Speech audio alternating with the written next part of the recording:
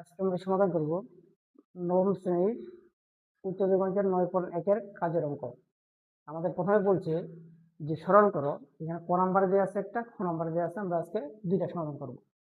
তাহলে সেক্ষেত্রে আমরা যদি বলি যে এই অঙ্কটা সমাধান করার ক্ষেত্রে আমরা বলতে পারি যে a to the power m গুণন a to the power n সমান কি লিখতে পারি a to the power m plus n। সেই ক্ষেত্রে এইভাবে থাকলে আমরা এইভাবে লিখতে পারি, আবার এইভাবে থাকলে আমরা এইভাবে উল্টাপাল্টা লিখতে পারি। আবার যদি বলা হয় যে a to the power m ভাগ a to the power n সমান সমান আমরা লিখতে পারি a to the power m minus n। মানে কোথায় যে আমরা যদি এভাবে থাকে তাহলে আমরা এভাবে লিখতে পারবো, আবার এভাবে থাকলে আমরা এইভাবে লিখতে পারবো।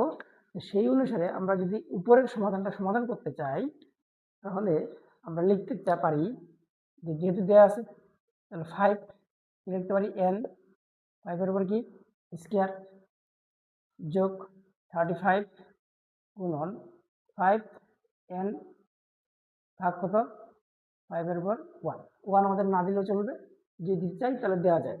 তাহলে সেক্ষেত্রে যেহেতু এখানে মাইনাস ছিল আমি দিলাম ভাগ। তাহলে এই ক্ষেত্রে আমরা নিচে যা আছে আমরা তাই রাখবো। তাহলে সেই ক্ষেত্রে আমরা যদি বলি যে 5 n ছিল, 5 এর উপর স্কয়ার মানে কত 25 যোগ 35 কে 5 দ্বারা ভাগ দিলে 7 into 5 to the power n ভাগ 4 গুণন 5 টু দি পাওয়ার n। এই ক্ষেত্রে দুইটা 5 n কে আমরা কমন দিতে পারি। তাহলে কমন নিলে থাকবে এখানে 25, এখানে থাকবে হচ্ছে 7 ভাগ কত 4 গুণন 5 টু দি পাওয়ার n। আমরা যদি এইটা কেটে দিই তাহলে আমাদের কাছে থাকবে 25 আর 7 যোগ করলে কত হবে 32 ভাগ হচ্ছে 4, কাটাকাটি করলে হবে 8, এটাই অ্যান্সার। সেই ক্ষেত্রে আমরা যদি আবার খ নাম্বারটা সমাধান করতে চাই তাহলে আমরা বলতে পারি যেহেতু কি আছে এখানে 3 আছে, এখানেও 3 আছে, বেজ একই, তাহলে আমরা পাওয়ারগুলো কি হবে যদি একে অপরের সাথে গুণ আছে তাহলে পাওয়ারগুলো কি হবে যোগ। তাহলে আমি বলতে পারি 2টা 3 থেকে যদি একটা 3 নেই তাহলে 4 আর 8 যোগ করলে কত হবে 4 প্লাস 8 ভাগ যদি পাওয়ার কত 4 40।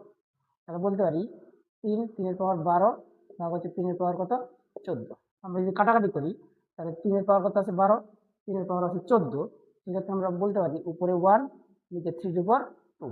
তাহলে এক্ষেত্রে 1 ভাগ 9 এটা আমার অ্যান্সার। ধন্যবাদ।